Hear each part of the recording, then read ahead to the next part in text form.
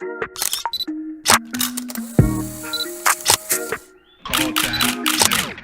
palette full of color, we'll leave the truth uncovered, cause only lies are white.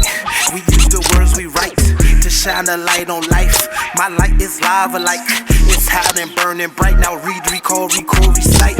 We cover. Hi everybody, welcome back to And Cyn. I'm Cynthia Dorsey. I'm Veronique McRae. We are so happy that you are in the room with us today. We're so excited to dive right on in. Today's playwright is Miss Lydia Diamond. Lydia was born April 14th, 1969 in Detroit, Michigan. Her mother and grandparents were all musicians and educators, so the arts was inevitably her path as well. Her love of theater developed in high school after she joined the drama club. She auditioned and was accepted to Northwestern University, and there she switched her major from acting to playwriting. Towards the end of her college career, she wrote her first play, which was entitled Solitaire, and was awarded the Agnes Nixon Playwriting Award at Northwestern. Not long after she left college, she went on to form her own theater company called Another Small Black Theater Company with Good Things to Say and a Lot of Nerve Productions. That is a wonderful title. Yes. For a theater company. Wow, I love it. She used her theater company to put up her production of Solitaire, which she wrote at Northwestern, as I said before. She developed a name for herself in Chicago. She became, quote, the playwright around town. In Chicago, she has taught playwriting at DePaul, Loyola University, my alma mater, Columbia College, Chicago. And then she also did some time in Boston because her husband was working at Harvard. But her title just traveled with her. She developed a name for herself in Boston as well. She became the Huntington Playwright Fellow and a resident playwright at Chicago Dramatists. Amongst her popular plays are The Bluest, which we will be reviewing today, and it's an adaptation of Toni Morrison's novel. Sick Fly, Smart People are the other ones. Her plays have received national attention and acclaim. She received the Lorraine Hansberry Award for Best Writing, an LA Weekly Theater Award, and a Los Angeles Drama Critics Circle Award. I so highly recommend her work, and I look up to her because it seems as though she has already paved the way on a path that I find myself in right now. And Veronique as well. We've started our own theater companies. We're writing, producing, directing things, and she's done that. And so I'm really glad we're reviewing her work today. So now we will dive into the particular piece, The Bluest Eye. And as Cynthia just mentioned, The Bluest Eye is an adaptation of Nobel Prize winning author Toni Morrison. And the story looks at the life of an 11-year-old young girl named Pecola Breedlove. And it dives into Pecola's struggle with loving and accepting herself, and that being tied to her dark colored skin. And where we get that expression or that title, The Bluest Eye, is because Pecola blames her struggles on the color of her skin and believes that if she had blue eyes, then she would be loved and accepted. So the play is really looking at how race affects this young girl and her family, and how the perception of self is tainted because of the social constructs around race in America. There is a quote that I found from Lydia, the adapter of the book, in reference to it that I wanted to share before we dive into the discussion.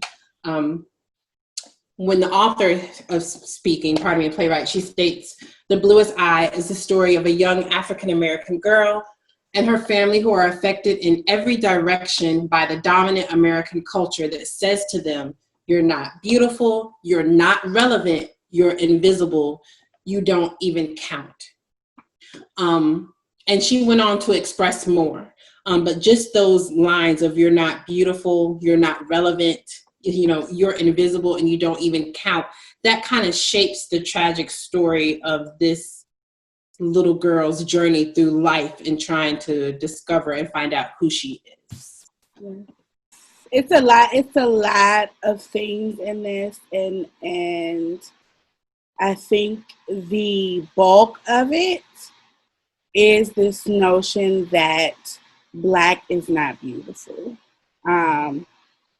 which it falls on all of the characters really in the play, and it is applicable to our lives, and how we view ourselves in society. It's not easy to be Black and love yourself because society is going to tell you something different. So you have to we have to constantly combat that. Right. And I don't think Piccola had the tools to combat that. She was praying on bended knee, not dark skin, praying for blue eyes. And that's just gut-wrenching. It's gut-wrenching. And it's a reality of ours, no matter if we're in 1941, as the play is, or 2020. It's a battle. It's a constant battle, I think. I think just reviewing, because I was very familiar with the novel from before, it's like one of the first novels I remember reading. I used to grab books a little early, so I think I read that book in like the 5th grade before I went to middle school. I think my sisters had it, and I had, the novel version by Toni Morrison, and just, it reminds me, like you said, of what many of our young girls and what many of us all go through in 2020, where that's why we have those shows and shirts and monograms. Like that's why we have to say Black is beautiful. You're a powerful, strong queen. Black lives matter. Black girls rock. Black girl magic. Because for so long we've been told the opposite. Right. And some people try to say, well, why can't we say white girls rock or white lives matter or those things? It's because society-wise, historically, you were never told that you weren't beautiful. In fact, you were the standard of beauty that was placed there. You were told to have blue eyes and blonde hair was what you had to strive for. So Piccola, literally, when you're spiritually on your knees praying, please take away the tint of my skin and give me blue eyes, it's gut-wrenching, because that's how much now self-hatred you have, because you've been told what you are, who you are, what you look like is not worth it. It's not worthy. It's not redeemable. And if you are like that, then you don't count. And for me, it's like, even though the story is written in 1941, you could apply it straight today. There's still, so many young girls of color who don't love and embrace their melanin because you're told not to. There's so many where you're still fighting with those perceptions of self-esteem, and not only from skin color, but now from hair color or hair length or hair texture or body size. That's why we have to have body positivity moments. And I think that's what's so challenging. And even how you said with other characters having it, like there was even a line with the mother where she was saying like she has to be in the giving line and the getting line, and I'm supposed to end up in the poorhouse. It's just like your whole identity is tied to being less than, nothing than, a charity case, or wasteful, or not worthy of better, or worthy of love, all tied into this. Right. And I think that is what's so hurtful about it. At such a young age, in the age of developing the psychology of who you are, Pecola is just behind the 8 ball. She's just literally already lost in knowing that she would be beautiful the way she was. Yeah. And her mother didn't have the tools either to assist her in loving herself. I think luckily, I had my mother in my life to like remind me as a chubby, dark-skinned girl walking through the hallways of school or walking down the street. If somebody called me a name or made fun of me, I could come home to some reassurance, from my parents. Mm-hmm. I don't think I don't think her mother had the tools to give her the words of encouragement she needed, because her mother was dealing with the same thing and looking to men to give her what she needed to feel loved and appreciated. Right. And that's where you can find like these generational cycles or these cyclical effects. I'm broken, and now I have this little one in my life, but in my brokenness, I don't know how to help you not become broken as well, because I'm still broken and I still need healing. So then I seek ways of healing that do more damage than good. But if I can even have some sense of feeling wanted for the moment, it's better than feeling unwanted all the time.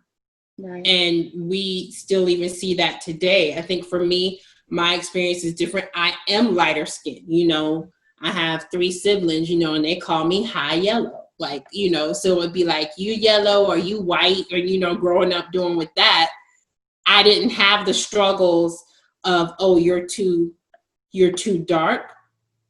I had different challenges, but it wasn't because of that. So for me, I can't walk in Pecola shoes, because in certain areas, it's true. Your lighter skin does give you some advantage. The challenge I had was, you light skinned, so black people didn't want to hang out with me, but I wasn't quite white enough to hang out with white people. Mm-hmm. Different challenge, but it wasn't a challenge of you're ugly and invisible and not worthy because of your brown skin. And it's funny because it, like what I recall Pecola praying, I used to be sad that I wasn't darker skin.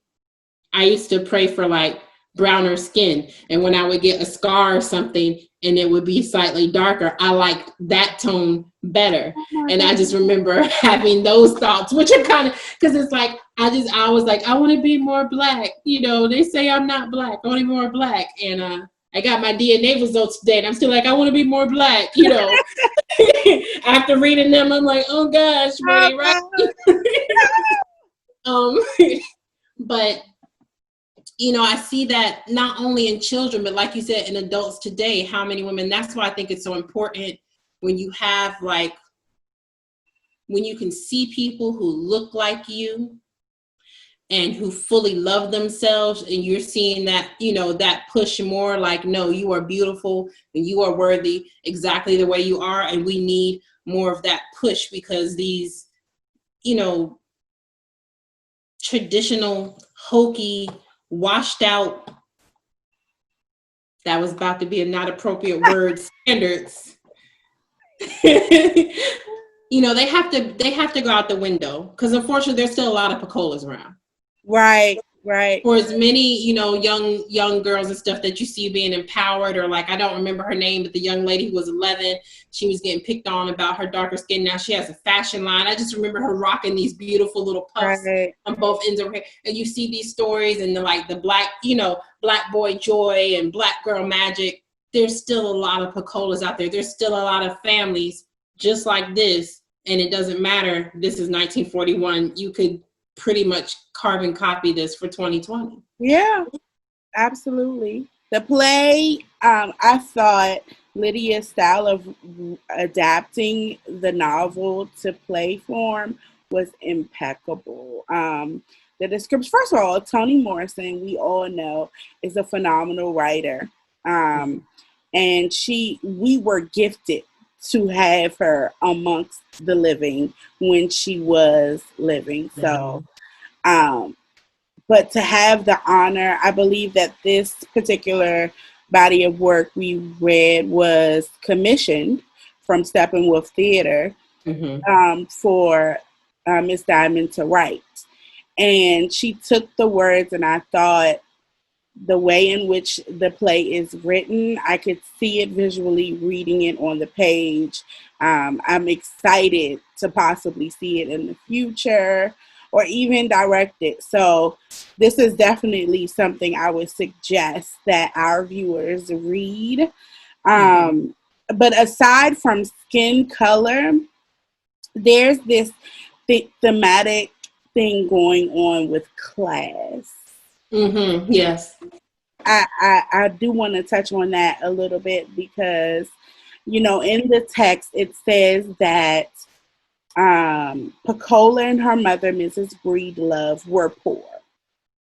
And even it describes what they wore, and they weren't really ugly, but they thought they were ugly, so they wore their ugliness, is, the connotation that I feel Lydia has tried to project. And then we have this other family who is, the model family, the mom, dad, Dick, Jane, type of family.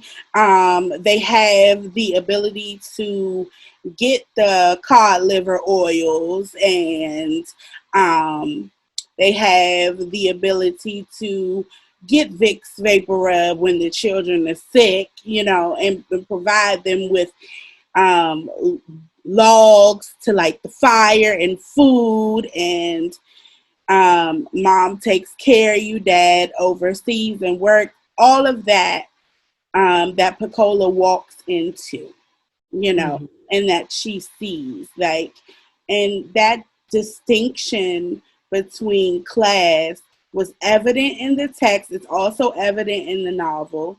But something that stood out to me was when I think it was Claudia, I'm not sure, but one of the children described their mom and their dad's love as, they say, the quote is, "My mom and dad's love is thick and dark as Alaga syrup."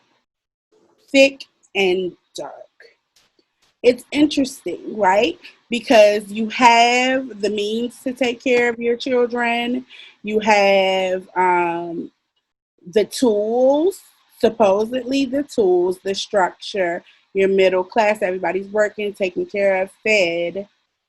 But then your children get your love and describe it in such a way as being thick and dark. So there's a lot of it, but there's an undertone that there's some sort of negativity, some sort of not comfort at all. It's not comfortable, and I wonder about that. That's something that I wonder about. Having everything does not mean that the love in which you're providing your family is better because of class. It's right. It's like, you can have provision but still be cold. Like, if you walk into a house and it looks pristine and it looks like they have everything in place and it looks like they have money, but it doesn't feel like home. It feels cold. And just that description, like you said, could it be like they're present but they're not? Like, you see them and you think, oh, their parents must be. So on the outside, it looks great. But on the inside, we know that it's not as connected. But did you have any takeaways that you really appreciated about the play? I think and I guess that probably comes from the novel, I appreciate the addressing of it. Like, here's a piece that, and it's funny when you mentioned, because as I was reading through the play, I was like, oh, I could, you could mount this, and this could be a teaching thing, and you could bring girls in for a retreat, and you could, let them express and talk about it and get some healing and get some such and such. I appreciated I guess because it's real. And that's those are the things that I think draw me to, particular pieces and plays and arts and novels, the realism of it. I appreciate the way that she had the children kind of interact and weaving in the story about Shirley Temple. You could see the kids, because these are how kids have discussions. I really enjoyed those times with the kids. Yeah. But then also, just seeing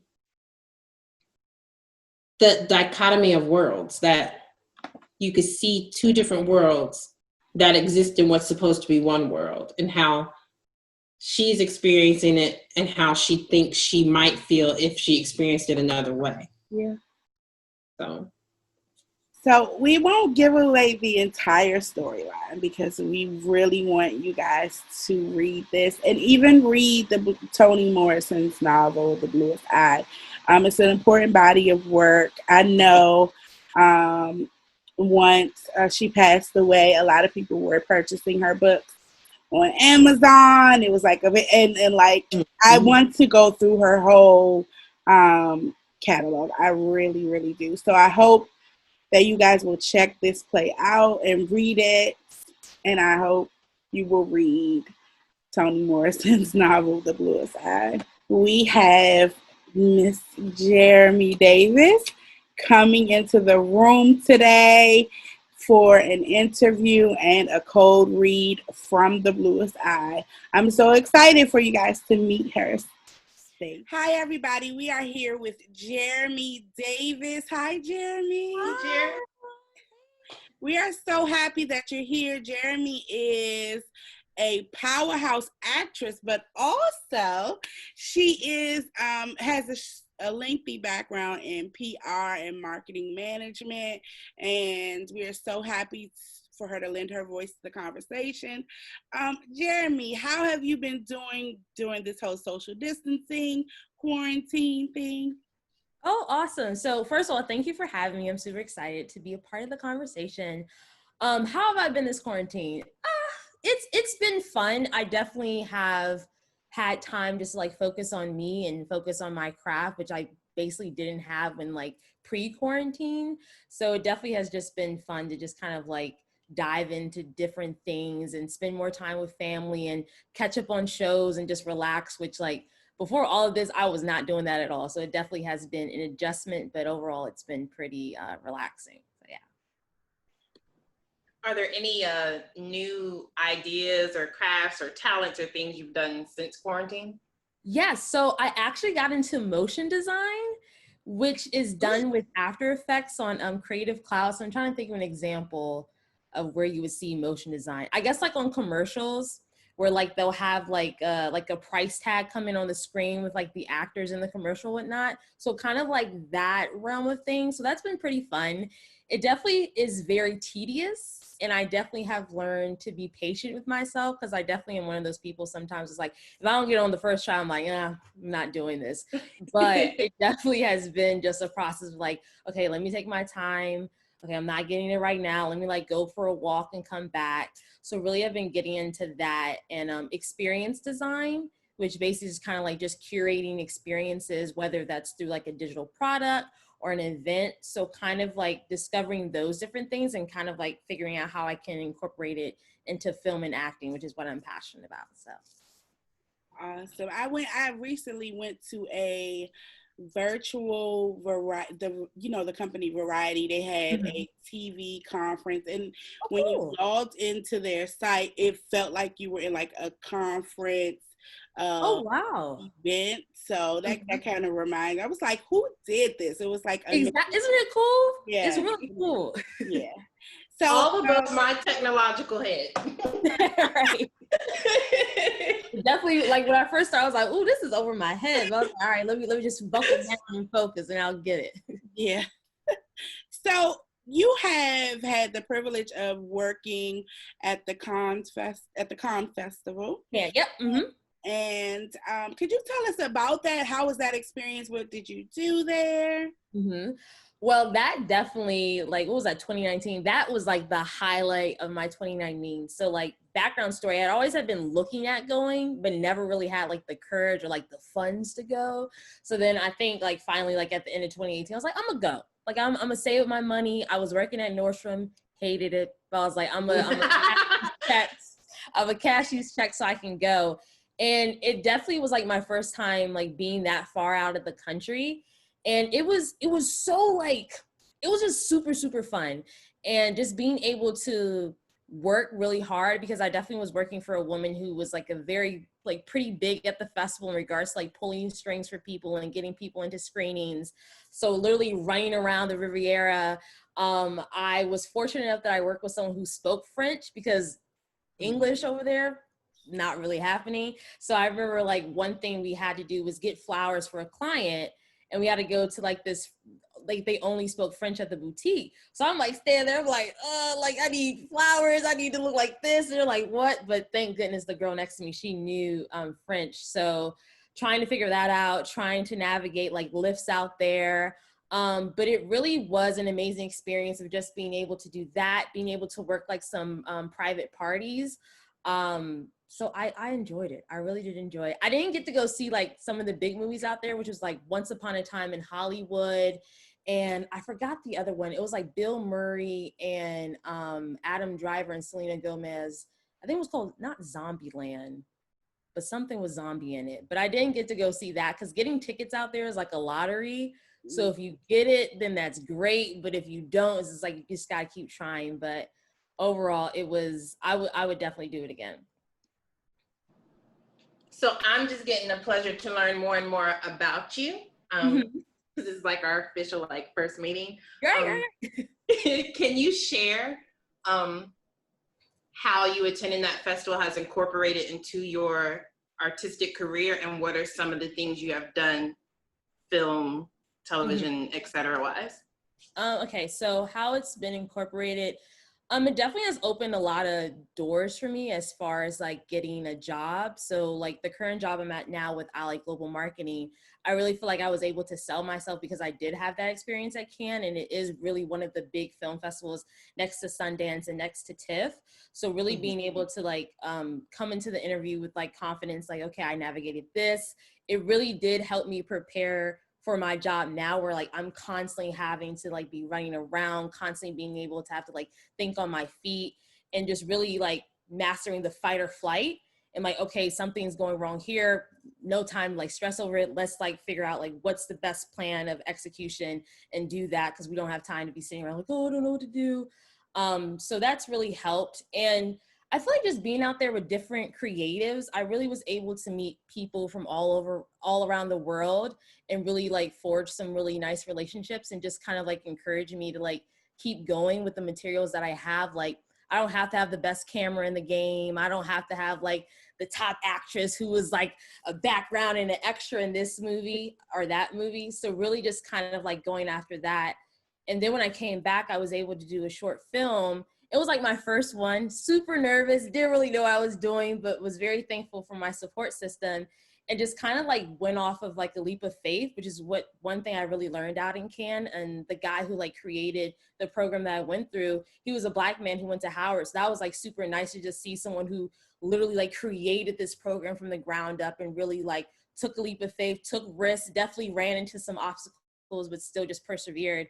And just like having that in regard to like casting the actors, because I definitely could have went with like people that I knew and like friends. I was like, no, I kind of like get out of my comfort zone and just try different things. So it really all worked out, and I was able to do it. Definitely learned a lot about myself in the process, but just seeing the final product and just think about like how far I've come, it really was just like a joyous experience. I feel like you had another question to that question. I don't know if I answered it. No, I think you encompassed it all, because just seeing how did that fit into what you do now, and how it, helped develop you more as the artist and the marketer that you are. So yeah, no, I think it's awesome.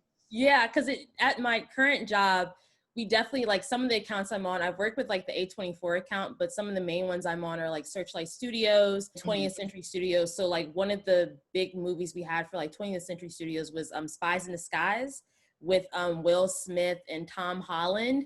So the directors came into town, not Will Smith, that would have been nice, but the directors came in town, and they did like a master class with the animation students at Duke Ellington. So that was super fun. but we had like a problem at night where we were trying to do like a photo booth, and we didn't have like the correct like backdrop stands for the backdrop. And so people were like freaking out, like, oh, what are we gonna do? Like they're about to be here. I was like, listen, we don't have time to be, you know, fretting and whatnot. I'll go catch a lift, run back to the office, ran back to the office, got the correct stuff, went back, put it all together. So kind of like learning that from when I went to Cannes, it just kind of like all comes together. And I remember like my boss, like, you just never seem to like get upset like when things are going wrong. I was like, we don't have time for that, okay? We got a job to do. We don't have time to be like freaking out about every little thing. So it definitely has all come full circle, which is nice. So you mentioned shooting your first short. You also are a playwright. Can you tell us who Jeremie is, the writer? Oh gosh, who Jeremie is the writer? I'll be honest, Jeremie the writer, she is a procrastinator. I'm not gonna lie, she's a procrastinator. She does deal with like imposter syndrome, but she still perseveres. So she still, you know, studies like other people. Like I do look up to you and like how you have come along and just done everything that you have done. So just like seeing that and seeing that it's possible and seeing people who look like me who do it, it's kind of like, you got this. You're just having a bad day. So just take a little break. But she definitely has ideas and just has stories that she wants to tell, because I feel like whether it's like a play or whether it's like a film, it's kind of like storytelling really does like unite people, and it kind of like humanizes our experiences. So you can come from a different background and I can come from a different background, but the fact that we share this common experience is really what brings it all together, which I feel like why storytelling in whatever medium, it's really, really powerful. So just kind of like remembering that and remembering like my why, like, you know, why I want to pursue this is kind of what keeps me going. What would you say your why is, if you can make it in a succinct sentence, which I know is difficult. I know that's like an on the spot. But what is that that driving force that keeps you going? Because I think a lot of people, sometimes they forget the why and they get lost in the journey or lost in transition because they don't fully know their why. Yeah. That's such a good question. And I feel like people ask me that a lot of like, I don't have like a definite answer, but I feel like at my core, and I don't know if this it's kind of like a drive, and it's kind of like a source of energy, and I don't know where it comes from, but it's kind of just like this drive to keep going, and this drive that like, I personally know that I'm capable of doing something great and greater than me. And so I think that that's what keeps me going and keeps me like pushing forward, because it does come times where you're just like, I don't know if this is really for me, but just kind of like looking back at my past and seeing how like, even like this little short film, and just, you know, I didn't really think it was going to be that big, which it really wasn't, but just having like those small conversations with friends, like, no, like I really like resonated with that. I think that's kind of like contributes to the drive of like, no, like there are people out there. It doesn't have to be big. It doesn't have to be grandiose, but like just like those small conversations and just being able to kind of like create more of those are kind of like my why in a sense. I wanted to ask you what you thought the entertainment industry needs as it relates to us as Black women, what they need, what we can contribute, and what we need from them. Let's see. I feel like the biggest thing is just more of us. And I was very fortunate at my job. I was under a Black director and of like the entire office. So, and literally she was like, looked like me. So that kind of was just like really nice to see that that's possible. But I feel like a lot of times it just needs to be more understanding, because being now the only person of color in my office, because she actually left before quarantine happened and whatnot and went off to NBC Universal. But just kind of like more understanding and more opportunity. I feel like I meet a lot of people who want to be in the entertainment industry, but there's not like a lot of reaching back, which I feel like a lot of times people don't do. And it's kind of like, if we want to see more of us in this industry, we have to reach back to those who like fresh out of college and just giving people chances. Because I feel like a lot of times we're like, oh no, she doesn't have experience. Like, I don't feel like teaching her. And it's like you're sitting here complaining about how like there's no one in the room, but you're not reaching back, and you're not giving back to those who really are desperate and yearn to be in this industry. But I definitely feel like there have been baby steps, and there has been a little bit of progress, but there definitely could be much more. So for us, I would say reaching back, and for them, I would say reaching back, and for us, like just claiming the space and like coming in the room and showing up at the table. And I'm like, oh, scared because like we're the only Black person. Like, so what? There'll be more, but it's kind of like we have to take that first step where we're allowing other people to see, like, you know, this is what, because it's kind of like we're their first representation for some of them who have never encountered Black people. So it's kind of like you're debunking their stereotypes and just really showing up for everyone else that has yet to come to the table. So yeah. That's good. What do you do to prepare for a cold read? When you It's been so long since I've done a cold read, but I definitely reread it through a different time.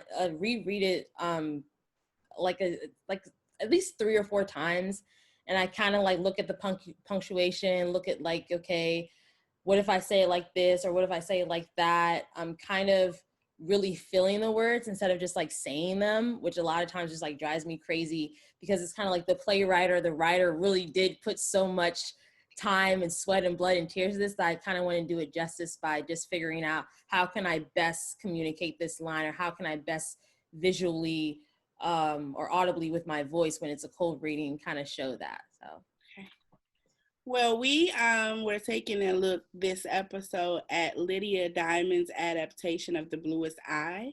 mm-hmm. So we're gonna do a cold read right now. Jeremie is going to play Claudia. I will be playing Frida, and Veronique is going to play Piccola. Are you ladies ready? Yes. All right. Yeah. Maybe I could get some graham crackers. I don't care. I could get some graham crackers and milk. I have a Shirley Temple cup you can use, but you can't tell Mama because we're supposed to take our snacks inside. I love Shirley Temple. Why? I don't know. She's pretty and talented, and people love her. I don't. Why? I don't know. Did you see her in that movie where she danced with Bojangles? That's why I hate her. Claudia just mad cause she want to dance with Bojangles. So, truth be told, what I felt for Shirley Temple was unsullied hatred. Mr. Jangles wasn't supposed to be dancing with that white girl. He was my friend, my uncle, my daddy. He should have been soft shoeing it and chuckling with me. At least someone who looked like me. It all started with my annual blonde, blue-eyed Christmas doll. What was I supposed to do with it? Feed it? Rock it? Bathe it? Be its mother? I'll tell you what I did with it. I destroyed it. I had only one desire: to dismember it. If I could rip it apart, maybe I understand what the world thought was so wonderful about pink skin and blue hair. I would not, could not love it. I fingered the face, picked the pearly teeth, traced the turnip nose, poked the glassy blue eyeballs. I break off the tiny fingers, bend the flat feet, pull out the hair, twist the head around. The thing made one horrible sound. Mama! It sounded like a bleat of a dying lamb. Mama! I I'd remove the cold and stupid eyeball.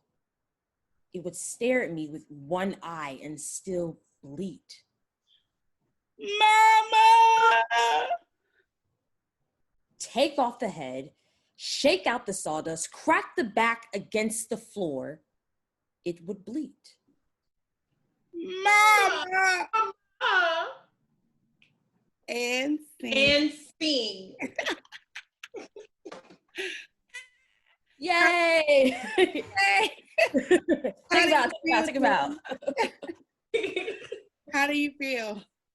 I really enjoyed this. And what did you say the name of the play was again? I can send you the whole script. It's the Okay, adaptation of Bluest Eye by Lydia Diamond. Yeah, but I really enjoyed it because I feel like it talks a lot about just kind of, especially with me when I was younger, I remember my dad would like get me these literally blonde hair, blue-eyed dolls, and my mom would be like so upset because she's like, why? Like, there are dolls that look like her, and just kind of like how it's kind of like been worshipped in regards to like the toy industry of like, you know, you get the white Barbie doll because that's kind of like better than like the black Barbie dolls.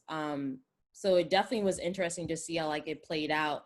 How a lot of times a lot of people are the odd man out when they're like, you don't like Shirley Temple, you don't like the white Barbie doll. It's like, no, I don't, because why can't I be represented like that? Why can't I be desired like everyone else desires this white doll? Because a lot of times, especially like when it came to dolls like Bratz, no one wants Sasha. No one wanted Sasha. Everyone wanted I forgot the name of them, like Chloe and like the Asian one. So it definitely resonated with me when it came to like playing Barbie dolls when I was little, and no one really wanting to like be the black Barbie doll because it wasn't really seen as desired. So. Yeah, I have a niece now. She's 7, turned 7 in May, and it's always when she talked to her mom and me, she said, "I want some African American Barbie dolls," and I just love it because just like just her being able to have a doll that looks like her. And so then we were looking at the Our Generation line because it wasn't just a doll, but they had different professions, and it was still interesting to see what professions were kind of paired. Right. With the African American doll versus the other one. So I went and bought like outfits of different professions to put with her new doll, just so that she could see that she was represented and, you know, beautiful. It could be any of those, you know, professions. Right. Because for me being lighter skinned, it wasn't as much of a problem. They ended up buying me the Hawaiian Barbie doll back then. That was closest. To me, I had one Hawaiian Barbie doll and an MC Hammer doll, and I made them date. And but the Hawaiian Barbie doll, you know, was closest to me because I wasn't exactly white, but I am light skinned, you know. Yeah. So there was still some access for me versus, you know, back in the day when it wasn't dolls that represented, you know, fully beautiful melanated people. Exactly. It would either be that blue-eyed doll, and that's what you need to be, and that's what you need to have. And I feel like a lot of like the little girls are so fortunate now because there are so many different companies now and kind of like independent companies who really do kind of like make dolls that are very representative of like our little girls. And even like American Girl, because I remember that was like the grand doll when I was little. It literally was only like one shade of the black doll. But now I remember recently I was at work at Tyson's Corner out in Virginia, and they had an American Girl store or whatever. So I told my mom, I was like, let's go in because like I want to be like my inner child. And they had so many different shades of like the black doll now. So it's kind of cool to see how far we've come and just how you literally can like tailor it to look like you, and you know, it can be whatever profession it wants, because years ago it was not like that. So it's nice that they have that now, which is cool. Well, thank you, Jeremie, for joining us today. I'm so excited to watch your career blossom.